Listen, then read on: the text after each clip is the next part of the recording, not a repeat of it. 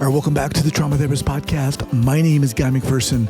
My mission is to help trauma therapists be their incredible selves, to be human, to be real, not just a clinician. I'm a big believer in who we are is more important than what we know. And this requires cultivating authenticity, genuineness, and vulnerability, and that requires intention. You can learn more about my courses and workshops by going to thetraumatherapistproject.com. That's thetraumatherapistproject.com. Let's get started.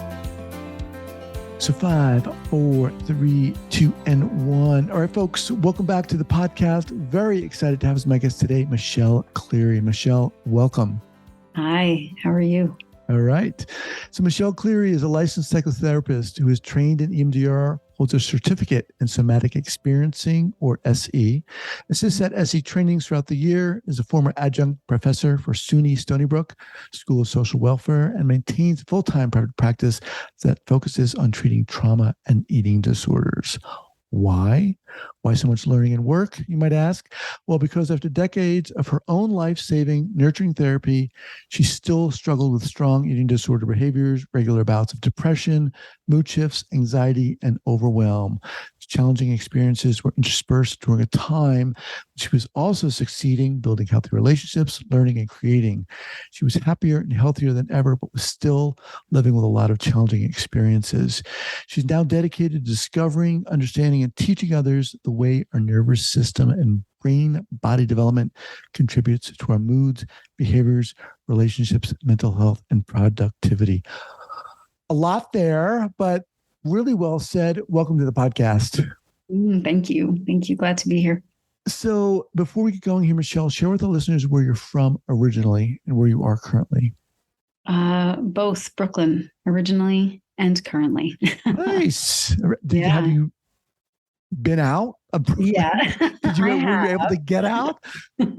Yeah, there was a time I went to school in Ireland for a little bit. I lived in the city briefly, Manhattan.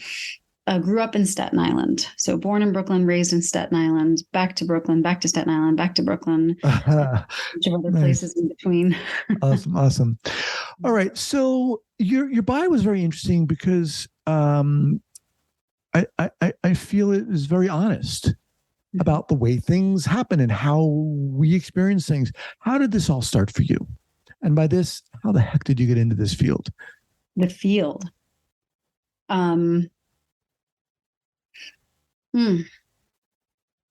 Super long story short had a very strong, powerful tendency to focus on caring for others, to a detriment, really a result of a lot of childhood development stuff, hyper focused on the external, being the caregiver, and also have a very natural tendency towards empathy and being sensitive and compassion. And then through a very twisty, long road, ended up going to school and getting my MSW, and started out teaching autistic children and loved it, and then switched over to clinical work because I loved it in the beginning, and then it's a tough profession working in that world, and knew that my body was finishing up with it and it wasn't the best place for me anymore. And at the time I had overlapped and started doing clinical work and started learning how to be a therapist. And then that took me in my first chapter of my journey. And then the second half of that was moving into trauma work. So the first half was very traditional talk therapy. I was a young therapist and also still very much in that needing to fix and needing to help and, all of that. And then the transformation over to my own trauma healing, which happened simultaneously throughout my career over the last 20 years, or really always, I guess. And in 2015, I started my EMDR training, which led me to my somatic experiencing training, which changed everything inside of me, and deeply transformed my practice. You mentioned early on that you had proclivity for kind of empathy, and where did that come from? I think there's a genetic component to people who are sensitive. I think that's naturally who I am. And defense mechanisms and personality development are built with the pre-existing temperament and genetics we have. So it becomes a very personalized little stew, and, mixed with who I am naturally, and then mixed with childhood experiences and circumstances, that natural part of me to be really sensitive and compassionate became a way of sensing myself, was through other people, and which wasn't the healthiest. Well, let me rephrase that. It was a wonderfully life-saving set of defense mechanisms. So the work was, over time, parsing out that which was organically, naturally me and my talent versus what was the defense mechanisms. You mentioned that throughout your learning experience, throughout your career of learning, there were some struggles going on, and similarly, your healing was going on. Talk to us about that. What was going on? Yeah, learning is not, healing is not linear, as we know, and I would say that my relationship, just to speak specifically of one struggle with eating and my relationship to food, was just a really powerful experience throughout my childhood and throughout my various levels of healing. And so, long story short, is my relationship with my binge eating disorder and my binge eating behaviors was really pretty powerful throughout various stages of my life and during my career. And what happened was, while I was working with my clients earlier on, and I had been in therapy since I started therapy when I was 13, thank goodness. Because for that, to address that? Not so much for ED stuff, but more for just family stuff that was going on and relational things that were happening, which was, again, just a blessing. And I thankfully continued finding therapists throughout the course of my life that were, life-saving. And that's why when I wrote that bio, it was a little bit hard, because I don't want to discount the work that I did, because it was life-saving, literally. And the therapists that I've worked with over the course of my years have been just such powerful lighthouses. And so, but when I was doing my own work as a therapist, I kept hitting all these walls with my clients and in my own work. So there was all this movement and growth and awareness happening, but there were these really persistent behaviors that kept happening.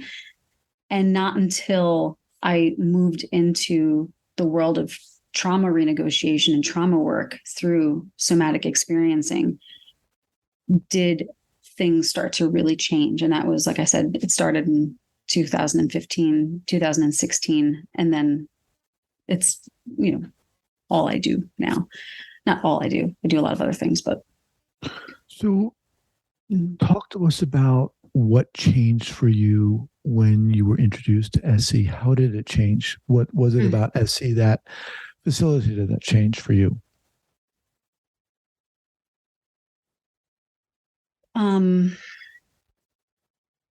It's such a rich experiential answer that it's so hard to give it a cognitive narrative, but the best answer I could give is that, well, the question you asked was what changed. And what changed for me, I think I got that right, was it was a non-verbal experience. When I first experienced SE as a client, really, well, it's like a long story, but my consultant was an SE person. My EMDR consultant was an SE person, and I was very dysregulated and having a really hard time doing EMDR, because EMDR has a protocol to it, and there's it's really about sitting back in your chair and letting the body do the work, which was so foreign for me. And I knew I needed more than the skills I had. I knew I needed more. My clients needed me to need more. My clients needed me to have more, and I needed me to have more. So when I did my EMDR training, I was moved and loved it, but I couldn't do it because my nervous system was still too dysregulated to sit back. I was still trying to save. And when I was doing my work, trying to do it, my mentor said, "You're not ready." Not directly like that, but you need SE, is what the words actually were. You need SE. And I'm like, oh my God, what is this? Blah, blah, blah. And okay, sure. I'll take that. Yeah. Okay, sure. Okay. And every week I would go in with him, and he would just sit quietly. And I would be like, what is this? What is this magic? And I would start to talk, and he just wouldn't let me talk. He wouldn't let me talk. And I was like, and so what was he doing? He was directing me to. Is this your therapist? He was my consultant, but while I was trying to be, he was consulting me on EMDR, but because I couldn't do the EMDR because my body was so dysregulated, he would pop into these moments of what's happening. Notice what's happening in your body. Okay. And so like Abby talked about in your previous episode, he was teaching me to track my own body. He was bringing me into awareness of my own. He was supporting me. And again, trying and doing are very interesting words when we talk about somatic experiencing. So it wasn't that he was doing or trying anything. He was being and inviting me to be with me. And so there's a way that's done in trauma renegotiation or in somatic experiencing where you're inviting your client's body into its own awareness. And that's what was happening. But it was so different than anything I had ever done before, experienced before. And it was a very strange at the time, but powerful and impactful and positive experience that I just finally, it hit me and I signed up for the training. And in the training, it's a 3-year training and you have to do your own SE in the middle of that. So then I found a separate somatic experiencing therapist and continue with him as my mentor. And I was just having all of this like really rich therapy that was based not in talking, not in narrative, not in story. Hang on here, because I want to really highlight this. So you said this was such a unique, profound, that's what I'm hearing, experience for you, different than anything you had experienced previously. Talk more about that and how it hit you. The differences, or while this consultant was inviting you to experience your body in a way that you had never done before. You said it was very different for you. Talk more about that. What were you feeling or experiencing or sensing? And it glitchy. It was glitchy. So my way was to always talk in a dysregulated, disembodied way. and the talking was taking me away from what was happening in my body, and again, unconsciously, non-consciously, subcortically. But when I was directed to slow down, you become, all of a sudden, you become aware of a level of activation that you didn't ever know was there because you didn't know to stop and look for it. Because the world doesn't function that way. We function in words and cognitions and symbols and all that. We don't privilege the body at this point in society. I mean, we're moving more towards it, but it's just still new. Mm-hmm. And so when I was being directed and supported, I was being supported and slowing down. Mm-hmm. I became so aware of the drive in me to just keep reaching out and being like just moving forward.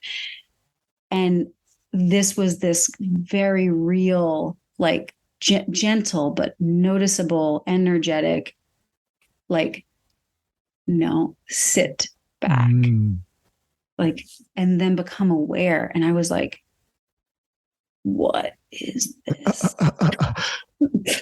And it was me. Wow. It was me. And I was like, what? Who is, like, what's going on? And there was no language for it for so long. And it took 5 years of that. Like, that was the beginning. Wow. And then I, the training. But so that was the experience. Like, those were the actual moments. I remember one time I walked into his office. I had been late. The train was late and I was anxious and I was all over I was so anxious. And I walked in and I just wanted to just explain it and talk about it and explain it and tell him what happened and make sure he knew that I wasn't bad. And he was like, whoomp, like, just like, what are you doing? And I was like, and it was just such a beautiful experience. And it was like magic. It felt like magic. And at the end of every 45 minutes, I was like, that's it. He's like, oh, okay. I guess I got to go. And then I said, how do I take this with me? How do I take this with me? And he said, just take 10%. Just take 10%. If you can take 10%. And then my other somatic experiencing practitioner, same thing. Talk. And she was like, whoa, like, and just kept bringing me back to my own awareness, and inviting me to notice. And it was hard because I was attached to the story. Mm-hmm. I wanted to tell them the stories. I wanted them to know. And I had to trust that for both the two people I'm referring to, they already knew. They already knew me. Like, they knew me in a way that I didn't know myself yet. Because they saw me as a human, right? They saw me as a person. But before that, I had only really recognized myself via how I could influence people, or how I could help them or save them or perform for them or make them like me or value me in some way. And when that shifted very much in this new way of treating, which is just very, very different than psychoanalytic or CBT or, traditional psychodynamic talk therapy, that all has value. Mm-hmm. Again, life-saving. But this was different.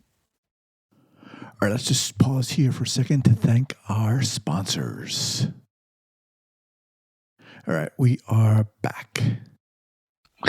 You have a wonderful way of describing your own experience with its in relation to SC. Mm-hmm. And this idea of, like, needing to tell them the story, get the story out, and then just saying,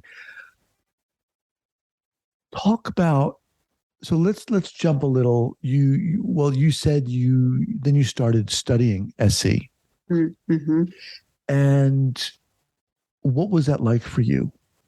That's such a great question, because it's now that I'm an assistant, and I support the faculty in teaching other students, other professionals. I see it happen to so many people. So many students go through this. And I had the same experience, is that I started, and there it was. Like, I'm here. Let me get it right. So much. I remember my first day and the anxiety of getting it right. And I don't think I heard 30% of what my faculty member said. And in the beginning, like especially in the beginning, and then over the course of the module. So there's the way SE works is that there's 3 beginner modules, 3 4-day beginner modules, and then 3 4-day intermediate modules, and then 2 6-day advanced modules over the course of 3 years. So I'd say by intermediate 1, I started to I could feel the activation coming, and then I could start to shift, hence find the shift. I could start to shift into a more embodied place, deepening my awareness, noticing all the information was starting to I was starting to hear a little bit easier. I was taking in information. My executive functioning was starting to come back. I don't know if it ever was, but it was starting to turn on. Mm-hmm. The executive functioning was starting to, I was like my notes, and at the end of intermediate 3, this is what I shared at the end. I showed my notes from beginner 1 and my notes from intermediate 3, and my handwriting was different. Wow. My taking notes in beginner 1 was like, I have to get all of it and I have to know where it is. And I would just write it down. And I was so overwhelmed with trying to consume it all, which is a whole thing that could be another whole conversation. But by intermediate 3, because my body had started to really settle, I could take in information differently. I could sense myself different. I could sense myself, period. Where I didn't have that ever. And so that was the experience. And then of course, all the usual, wanting to get it right, wanting to know what I'm doing, wanting to know it right from the beginning. And then that whole break, that whole slowing down, I don't have to know all of it right away. And learning how to let things unfold and not go get them. It was the biggest, one of the biggest shifts. And don't get me wrong, I'm not saying that I'm not still a kook, and a little bit of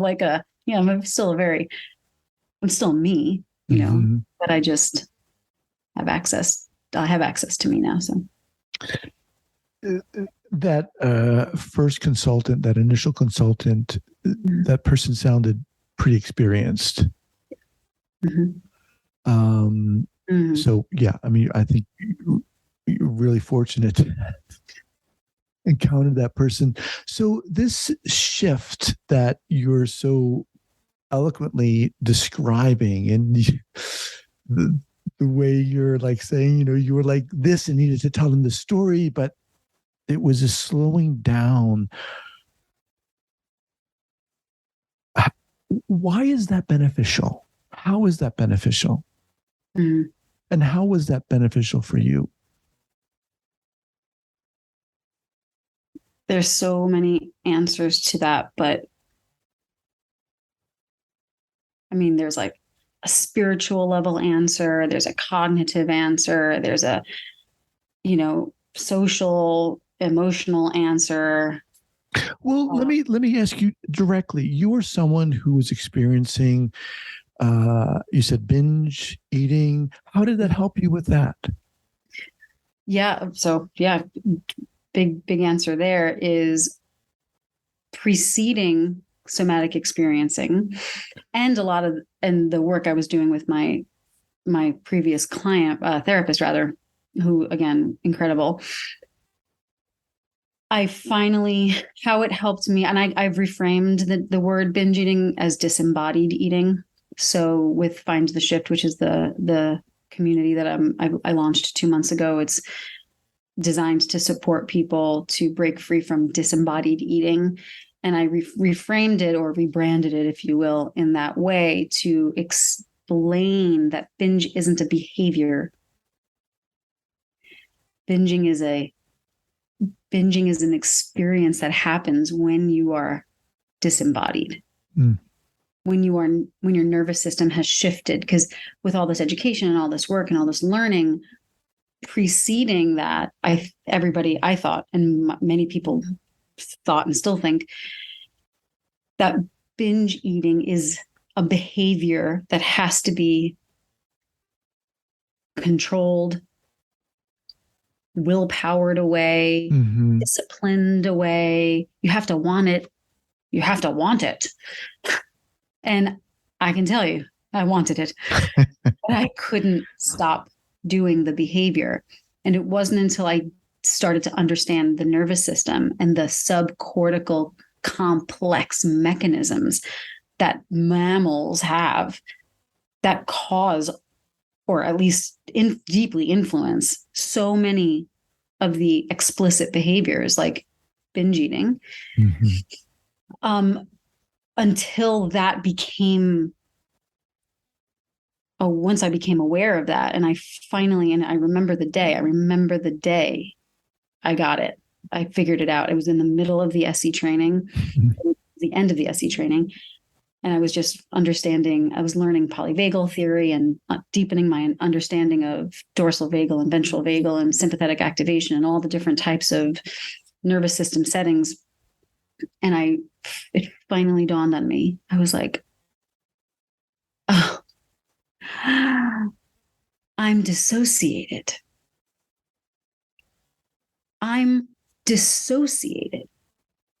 Holy, I don't know what the cursing rules are here. So holy moly, I am dissociated. I'm not here. I'm not doing this. There's something that happens. It just happens so frequently and so automatically, and has been happening so long. I didn't know. I thought it was a behavior. And it's not. I mean, it's a behavior, but it's a behavior that's happening as a result, on top of a nervous system shift that keeps happening and has been happening since I was 2. And so and then when I figured that out, it just was like, oh, so over the last 3 to 4 years, I've been working towards and learning, with everything that's going on. And it's not simple, and it's certainly complex, but my goal and my hope, my drive for Find the Shift, more than anything, is I don't want people to live with the shame. I know what that shame feels like. I know what it feels like to wake up the next morning and think a zombie took over, and you did these things and you ate this food and you don't know why it happened, and the shame. And I want people to know that they're not bad. They're not bad. They're not lazy. They're not sabotaging themselves. They're not wanting it enough, but something's likely. I'm not saying everybody, because humans are complex beings and there's so many factors involved in this, but I want people to know that struggle with this disembodied eating experience. And again, binge eating, emotional eating, stress eating, times when you think that the experience of not being able to stop eating when you wish you could, the experience of not being able to access decision-making, the experience of not being able to feel fullness until you can't not feel the fullness, all of those, that spectrum of experiences very likely has more to do with nervous system shifts in nervous system states Mm-hmm. than the fact that you're lazy. That's not what it is. You're not lazy. Let me just remind everyone, I'm speaking with Michelle Cleary. The website is findtheshift.com.